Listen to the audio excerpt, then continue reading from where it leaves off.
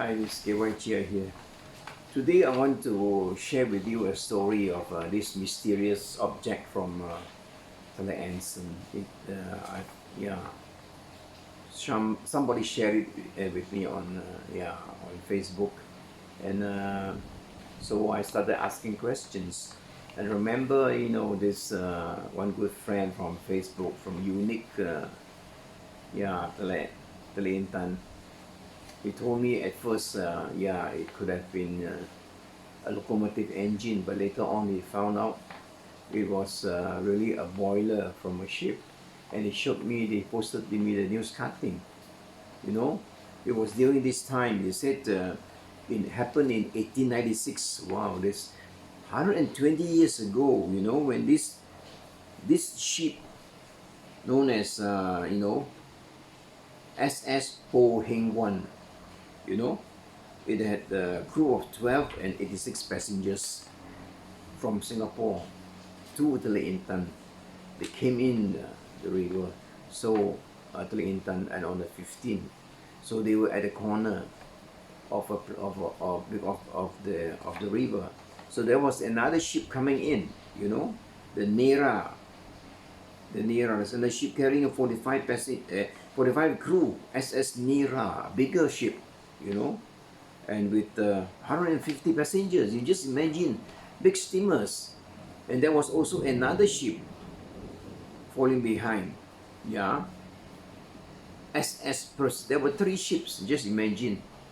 I don't know, probably the pilots were very young, 1896. And because it was a Singapore ship, so they started the race. So this ship Nera, starting at first was going half speed, it seems, according to the testimony. Then it went full speed. It overtook the other ship, Perth, the other smaller ship. There's SS Perth, Perse, and then it came close to this SS Po Heng One from Singapore, Chinese ship. Of course, captain was in English. So that's when the collision occurred. It rammed starboard, went into the into the SS Po. So it was a big collision, but there was nothing really wrong with the other, the SS Nera, but SS Po suffered severe damage, and they beached the head, the ship straight onto land, because it was very near. It was very near the land, and then it started to sink. So they got the passengers out altogether. There were so many passengers.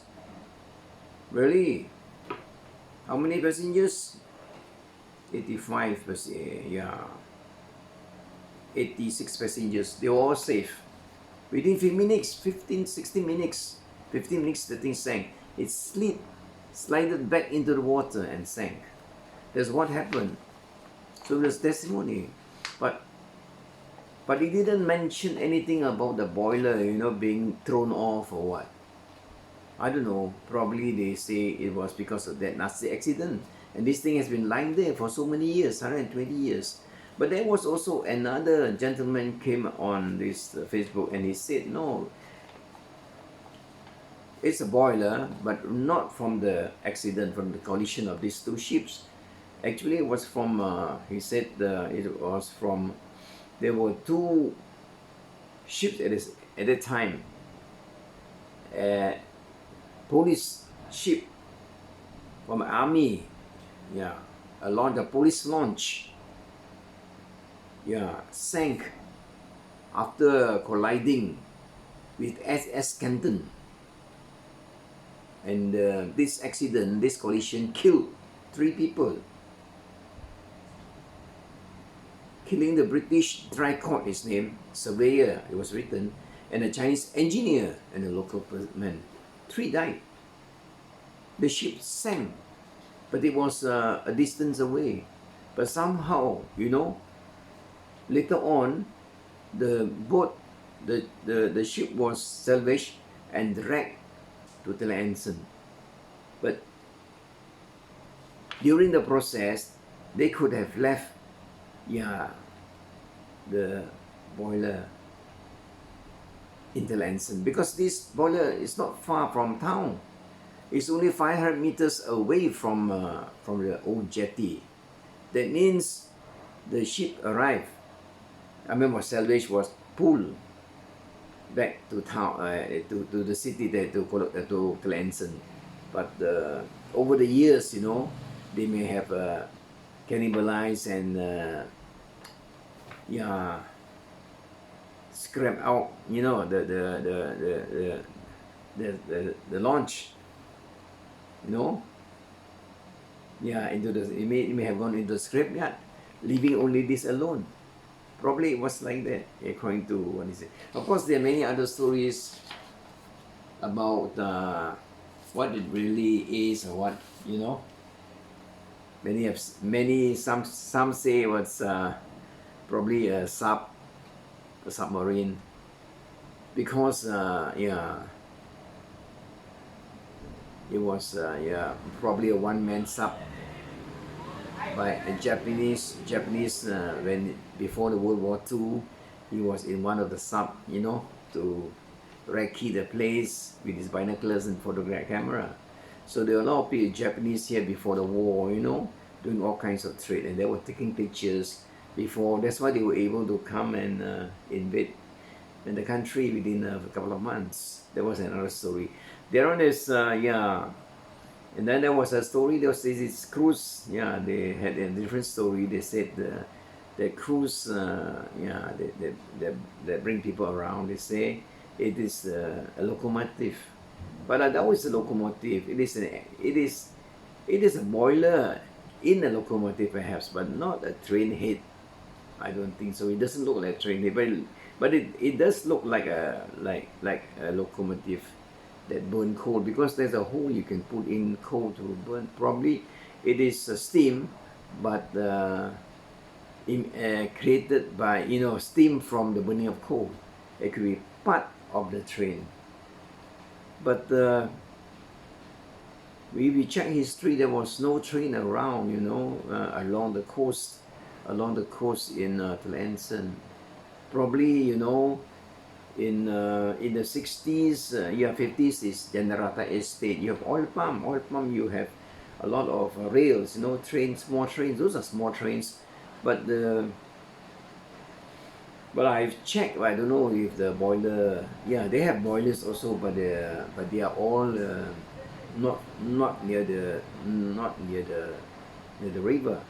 Those days, most of the cargo came by river.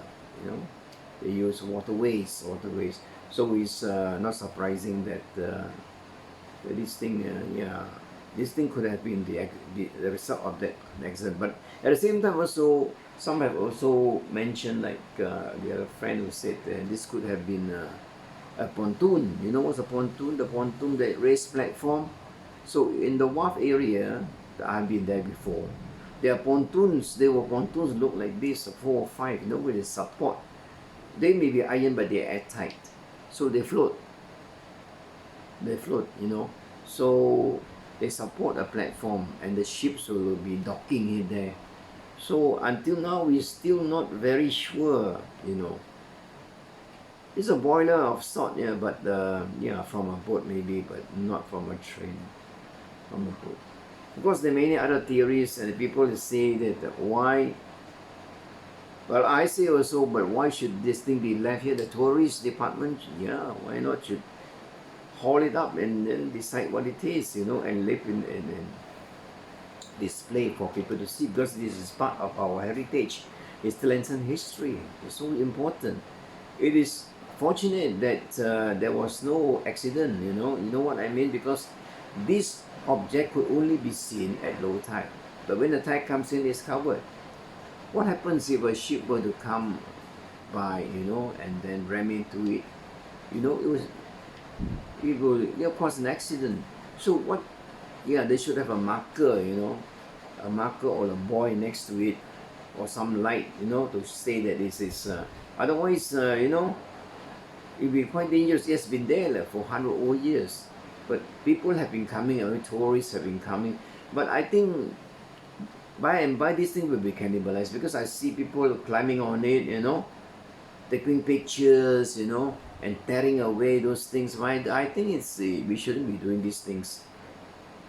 If you're considering that this, I think this we should respect, you know, this piece of heritage. So knowing that, you know, probably it is true that this boiler came from a boat that sank, and with the 3 lives. So 3 lives.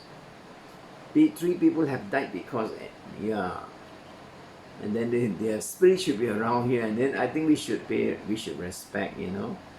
We shouldn't, yeah, fool around with it. I see people tearing away those things, but I think by and by this thing will, I don't know, probably it was a bigger piece, you know, I don't know.